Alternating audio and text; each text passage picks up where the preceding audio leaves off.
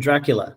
You have to kind of understand his moment, who he was, where it all comes from, and what was going on at that point. So, because he's a pretty familiar name, we've seen him in lots of different guises, a lot of different movies.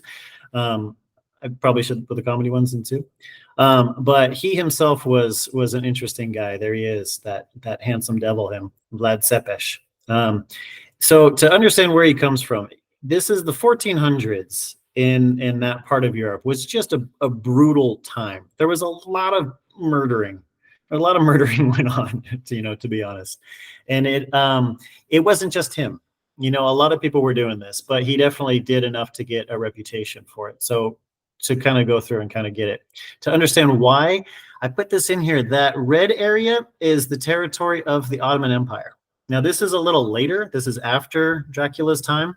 But you can see up at the top there, above Greece, you can see Belgrade, and Wallachia. Wallachia is what we're going to be talking about. That was Vlad Cepes's main area. Now, you can see this is afterwards. The Ottoman Empire passed it and went all the way up to the gates of Vienna, rather famously later. So at the time we're talking about here, the Ottomans were pushing. They were pushing up against Wallachia, and it takes a remarkable person to handle that. And the fact that even here, centuries later, Wallachia is still separate is kind of indicative of the fact that Cepes was able to be a rather remarkable figure, historically speaking. But to understand him, and especially the name, you got to start with his dad. His dad is quite important, but so overshadowed by the times and his son that he's kind of hard to find. He's like a impossible guy that found his on purpose, because I was looking for pictures of him and just couldn't find the guy. So I stole that other one from a video game. It's basically just indicative of what his dad was doing. He was one of these warlords, kind of. He's always fighting wars against everybody. Namely, he was fighting on behalf of the Holy Roman Empire, which is the big Christian empire, against the Ottoman Empire, the big Muslim empire, which is the story of this area, being crushed between these two larger forces, more powerful forces. And that's been the Romanian story forever. So this historical moment, 600 years ago, resonates with Romania all the way through, because they've always been on the edge of empire. What do you do about it? And these guys are part of that story. So he's in there fighting against that. He's fighting against the Ottomans. He's also fighting against his half-brother, who was the basically king, the ruler of Wallachia. And we probably wouldn't remember him, except he got some notice, in particular by King Sigismund of Luxembourg. Accidental tie into my Benelux tour. He called him out. And the one on the left, that's Vlad's father. Vlad Dracula, the main guy tonight, is the third. So his dad is the second one there. That's the only real picture kind of we have of him, and it looks like a 6-year-old painted a mustache on a Lego man a little bit. So it's not the best. But if we skip that and you go to the one on the right, that's the Order of the Dragon. Because 1431, he's summoned to Nuremberg, and he's made a knight of the Order of the Dragon. That's 24 of the top rulers in Europe. Henry V of Shakespeare and Kenneth Branagh fame is one of them. And they make Vlad II one of these guys, which is pretty remarkable for a minor landholder who wasn't king of anything at the point. But he is sworn into this order, and their main vow is he has to fight against all threats to Christianity. That's kind of his thing. It's a holy order. Now, he's Order of the Dragon. In Romanian, dragon is Dracul, which also means devil. So he becomes known as Vlad Dracul, Vlad the Dragon. Now, his son Vlad, the one we're going to be talking about, the kind of vampire legend, is also, they're both named Vlad, but you can't have two dragons running around. It would just, it'd be horrible for housekeeping if nothing else. So you have to distinguish between the two. So in Romanian, you add the diminutive, the little version, to be the son, which is you add an A. So the father is Vlad Dracul, the son is Vlad Dracula. So that's where Dracula comes from. It means that little devil, wouldn't you know it? So you get Vlad Dracula under Vlad Dracul. Now, the thing about being in the Order of the Dragon is he eventually does take over Wallachia and becomes its king, at which point he's in a tricky situation because he's a member of the Order of the Dragon, so he has to fight for Christianity. But Wallachia at that point is a vassal state of the Ottoman Empire. So he's torn. He's technically loyal to both opposing sides. So he can't, part of his vow to the Ottoman Empire to continue to exist, the guy on the right is the son of his boss. He can't raise a sword against them, but his view of himself and that Order of the Dragon says he has to. So whenever there's a battle, whenever the Ottomans start trying to invade little pieces of Europe, chop off little sections of it, he sneaks down and fights like secret battles, like fights secret wars. Like middle of the night. No, it's not me, it's someone else. Eventually the Ottomans notice.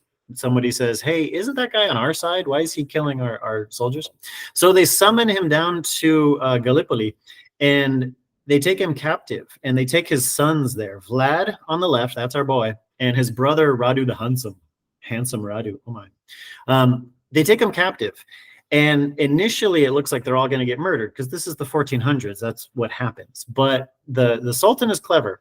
He says, you can kill him, but then you just have to fight against whoever comes up next. So better than that is to blackmail Papa Vlad, Papa the Dragon, by holding his sons as hostage.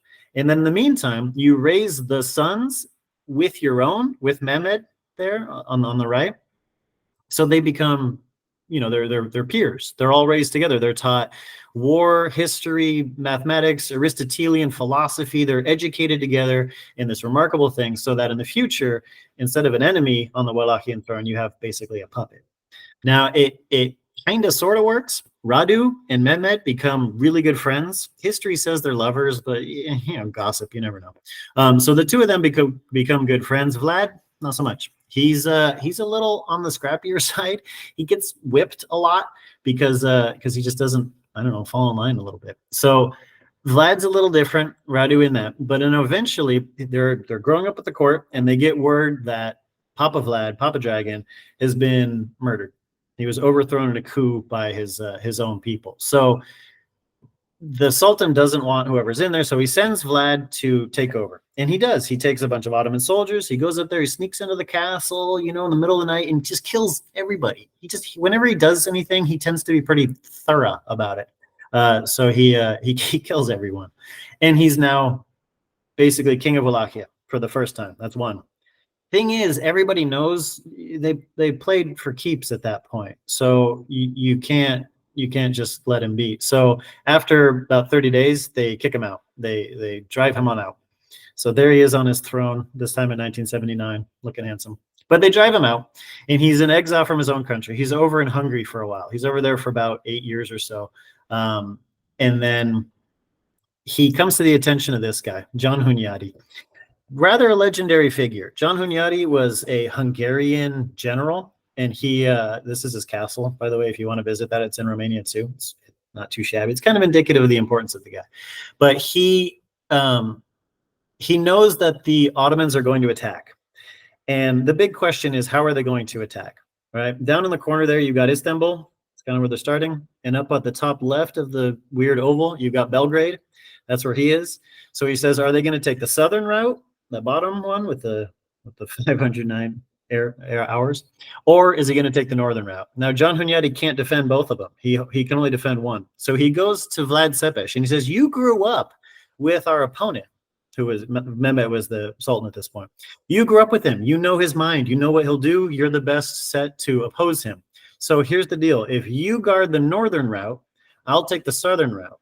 Whatever happens when this is over, I'll help you retake your throne.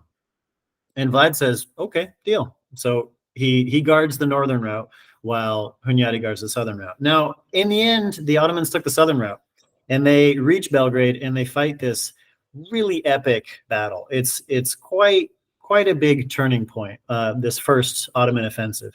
It's why when Hunyadi won that, when he survived the siege, the Pope said, in praise of his victory, we're going to ring the bells at noon in all our churches, all the Catholic churches, and they still do that to this day. So whenever you hear bells rung at noon from a Catholic church, it's this guy in this battle. So he's kind of a big deal. But while that's going on, everyone is focused on that, because that's the future of the continent, right? Everybody's saying, which God are we going to worship? Who's going to be our boss? What's going on? Everyone's focused on that. Our boy here, Vlad Tepes, he's not one to just sit on the sidelines. So he knows now is my opportunity. So while everyone else is focused on Belgrade, he attacks Wallachia. and he just came down there with kind of a guerrilla band, and he won. He goes in there and he takes over Wallachia. He's now on the throne again, second time. He's king of Wallachia the second time. At that point, he doesn't want to get driven off again, and he doesn't waste too much time. He waits about 9 months, and then in 9 months' time, he invites all of his lords to an Easter feast. And this is one of the things that first really sets his legend. Is he invites everyone in, he's toasting them, and he says, I know who you guys are. You guys are the people who murdered my father, who killed my brother. You know, the challenge with all this is it's really gruesome. So if you don't want the gruesome details, I'll put my hand down when I'm done with just a couple quick details. So cover your ears if it's too early in the morning for it. I'm not going to go into too much detail, but fair warning. So cover your ears now. Okay. You sick puppies who are still with me. When his boyars killed his father and brother, they well, let's just say beat his father to death in a pretty gnarly way. Then they tortured his brother, they blind him, they bury him alive, all sorts of horrible things. Okay, done. So suffice to say, Vlad is not impressed with them. So this is when he starts his impaling. He starts his thing. So he takes all of the older men, the local nobles, and all their wives, all the women, and he just has them impaled right then and there, which is horrendous. Let's not dwell on that. And he takes their sons, their younger sons, and he makes them build his castle up in the mountains. Now, this is tremendously popular. He is overthrowing these local lords, right, who were super exploitative because they were all Hungarian. All the local people really hated them. So he's this noble lord fighting for the local people, fighting for the oppressed, like Robin Hood, right? He's like a local Robin Hood. He's also founding a new kingdom, a whole new idea, this whole new philosophy of a better country in the future, because he gets rid of the aristocracy. He starts running kind of a meritocracy. If you're good, you can get a job. You know, if you're doing a good job, they'll promote you. So he founds a sort of Romanian Camelot. So he's like King Arthur. So you get Robin Hood plus King Arthur equals Vlad Dracula. Not too shabby, right? You can get a sense of what he meant to Romanians or to Wallachians in that time, and then over the subsequent centuries, why they loved him so much. And in case you like movies, you could picture it this way too. He's like Kevin Costner plus that terribly handsome, is that too long? Forming this guy. So he's the combination of all these legends, which is part of why they were confused when we all just got fascinated by the vampire thing.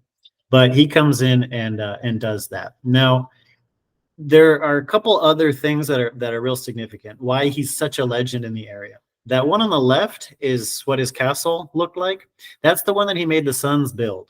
That's really significant because part of the deal of his being subservient to the Ottoman Empire was he's not allowed to build any fortifications, but he built that anyway. That's clearly a fortification. That's not a house. That's a fortress to command the whole valley. It's still there. It's right by this really important dam. It's a very important area. So that's in direct defiance of this foreign power. Romanians love that. To this day, all these more powerful, bigger, richer countries are always trying to absorb them, and they will not be absorbed. They are stubborn. They say, we exist. We don't want to become part of you guys. So, of course, they look at Cepes and they go, this guy's a hero. He resisted all these powerful things. He defied them. That's his foreign policy. His domestic policy, decisive is the word they tend to use for him. The beggar's banquet.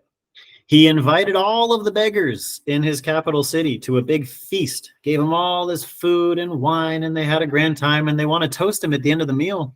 And they look around and he's not there, but there's smoke coming out of the walls, and they try to leave, and the doors are barred, and he burned the whole thing down with all of them inside. It's called the bonfire of the beggars or the beggars banquet.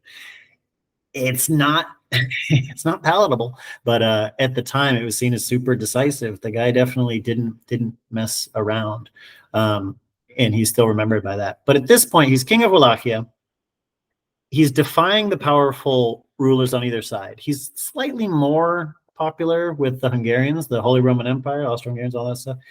But now Mehmet II, that other guy, this is one of these cases where you just have individual people who knew each other. They grew up together, and they're rivals of they're leaders of rival countries.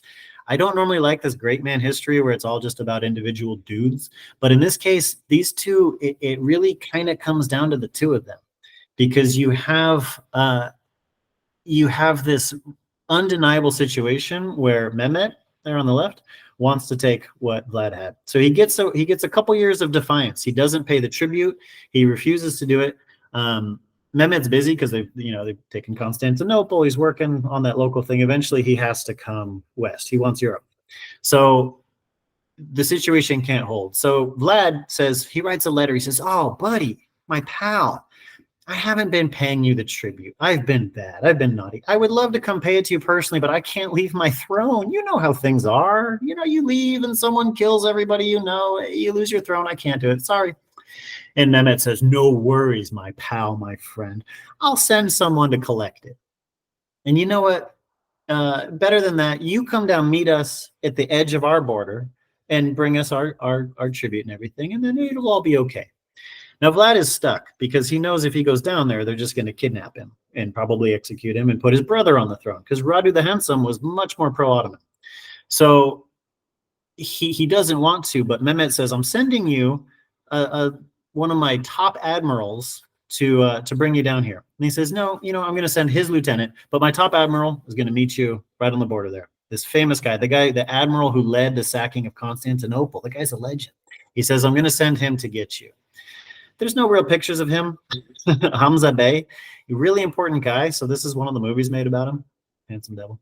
But he sends him. Now, Vlad, he can't say no. So he has to go with his bodyguard, his kidnappers. This is a kidnapping. They're kidnapping the king of Wallachia. He goes down. Sure enough, they get to this fortress. A bunch of troops ambush them, come in to get them, and it's about to be really bad for Vlad. But he wasn't fooled. He knew what was up. So right as they're about to take him, his own force of cavalry comes running out of the forest, galloping out of the forest, slaughters the Ottomans, and he captures this guy. He captures Hamza Bey. Because he knew they were going to betray them. So he had his own troops secretly follow them down. Rather clever guy. At this point, he's really broken the peace rather potently, rather definitively. So does he just march home and hope everything's fine? No, because the Pope has declared a crusade against the Ottomans at this point, but no one's been able to do anything about it. He says, "I'll do it." So the castle that he was supposed to be taken prisoner into was built by his grandpa. He goes, "I want it back." So he attacks the castle, murders everyone in there. You'll notice a theme. He kills everybody.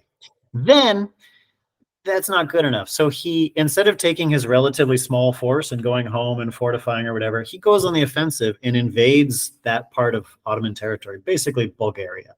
Invades Bulgaria, and it's just a bloodbath. He just kills everybody. He's killing everybody he finds. He writes this letter to the Pope saying, "I've killed 23,884 people, not counting the people whose heads we didn't bother to cut off, and all the women and children who we got." He goes nuts. Now, for doing this, all of Europe, Western Christian Europe, loves him. He is the man of the day. The Pope is celebrating him. The Venetians are celebrating. Everyone's real happy about him. Oh God, I'm going to run out of time. And so he is super popular, but he knows it can't hold. So he's retreating in front of Mehmet's army because Mehmet can't let that stand. So he brings this huge army, bigger than the one he used to take Constantinople, and he's attacking. Vlad, meanwhile, does stuff like this. Of course, the cause of legends. He attacks them in the middle of the night, the much bigger encampment. They say he almost killed the Sultan at that point. History would be different if he had, but almost. But he can't resist him entirely. So he's retreating. He's digging pits lined with spikes in the bottom and attacking at night. So the Ottoman army, who thought they were invincible, are getting just mauled. And they finally reach his fortress, Drugobishte. They're nervous, they're weirded out, and they camp on the edge of this forest.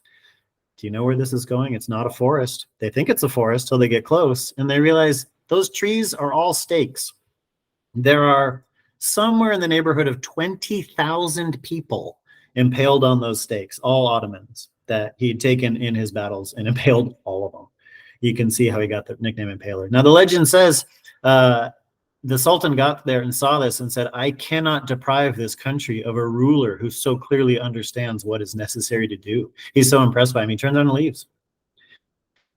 We don't know exactly what was in his mind, but that's kind of crazy. So he has succeeded. Vlad has succeeded in protecting his country from this overwhelming army. Problem is, he's destroyed it. Everything is burned. He smashed every pot, fouled every well, flooded every field. It's just disaster. But you know who's there is his pesky brother, Radu the Handsome, who says to the nobles, hey, if you guys take me, I'll give you back your rights and privileges. So the nobles go, yeah. And everybody else goes, Vlad ruined everything. So let's go with Radu the Handsome. If he's not handsome enough, there we go, Radu the Handsome. Oh my. So Radu the Handsome, they throw Vlad out. He gets kicked out again. They put Radu the Handsome in. Vlad is now in exile again in Hungary, where he gets taken kind of prisoner, kind of buddy by the Hungarian king for a while. Wrapping it up, because that middle one of his second rule was the main one, but eventually that Hungarian king wants him back on the throne. He sends him with troops again. He takes over Wallachia a third time, his third time as king, and he starts another brutal rule. Now the Romanians love this just because people love peace and stability, I guess. So his penalties were so severe. Any misdemeanor, I mean, you jaywalk and he impales you. It's just like ridiculous. But they say his troops, the legend is that his guards would march around the city during the day and they'd leave a purse full of gold. They just leave it in the marketplace, leave it right on the well there in the morning. And they come back in the evening and it's still there because nobody's going to commit crimes in Vlad Dracula's era. So that's the thing. He ends up in another battle against the Ottomans and gets killed. There are a ton of legends about what happens, whether it was his own troops who overthrew him, or the main one is that he's taking a break from the battle that he was winning, and he sees a messenger boy coming. It's just a messenger boy. Turns out he's actually an Ottoman assassin and kills him. There's all these legends about it. We don't know. But he's killed by this monastery right there on the left. He was visiting that. And then on the right, you can see kind of in the ground there's his grave. And there are endless pictures of very earnest school kids visiting the grave of Vlad Dracula. The thing is, this guy is so important to Romania and Romanians that in the 1930s, when nationalism is kind of a big deal in Europe, they exhume his body because they want to make him this big hero. And this is another case where all the sources differ in what they found, because one of them says they pulled up the body and there were no human bones in there. It was horse bones. There's no human in there. Another one says, no. They open the coffin and he's in disturbingly perfect condition, but then exposed to the air, he dissolves all at once. It's magic. Some say there's nothing in there at all, that he was ransomed to his sister or his daughter who lived in Naples. There's a coffin down there in this church in Naples that they say has Transylvanian imagery, so they think maybe he went there. Or maybe he's a vampire. I don't know. It's up to you to decide. But the guy really protected his country at a crucial era, his region, and formed a lasting impression. Now, he would have kind of disappeared if not for Bram Stoker in the book. But the guy himself was pretty interesting. And then people want to go visit the real stuff. So this is the ruins in Târgoviște. That was his kind of main capital. You can go there and see that. It's not really close to the main things people want to go see, so there's not many people there. You can also go to his castle, Ponar. On the left is kind of a reconstruction of what it was, and on the right is more like what it is now. You can walk up there. There's not a ton to see because nobody really wanted to take it over, and the greater powers wouldn't let anyone rebuild it. And it's at the top of 2,000 something stairs, so fair warning, you'll have a nice glutes by the time you get there. You can also visit Sighișoara, beautiful Sighișoara, where we go on the tour. The yellow building right there is where he was born, where he lived his first few years. It's a restaurant now, and you would think a restaurant in Vlad Dracula's house would be kind of awful. It's actually pretty good. It's a pretty good restaurant. I recommend it. So you can visit that. But then there's this one, Dracula's Castle. You've heard about it maybe if you looked into it, Bran Castle. The thing is, it's not real. Don't tell the Romanian tourist board that I said this, just between us. He wasn't there. The records vary. Maybe he stopped in for a few days. Maybe he was prisoner in the jail for a little while. He didn't really have anything to do with it. And it was rebuilt in like the early 20th century. It's a beautiful thing to visit. It's a beautiful fortification. It's where Queen Marie lived, Romania's first queen. She was granddaughter of Queen Victoria of England. She's great. She deserves another Sunday travel talk. We'll talk about her another time. So go there to see her, but it doesn't have anything to do with Dracula. But the fact that it's a big thing for him, because even the communists realized they got an interesting, compelling piece of history on their hands. So they were the ones who really promoted it as Dracula's castle, because you couldn't send people to Poona. There's nothing there. So it doesn't really have much to do with Dracula, but it is a nice place to visit.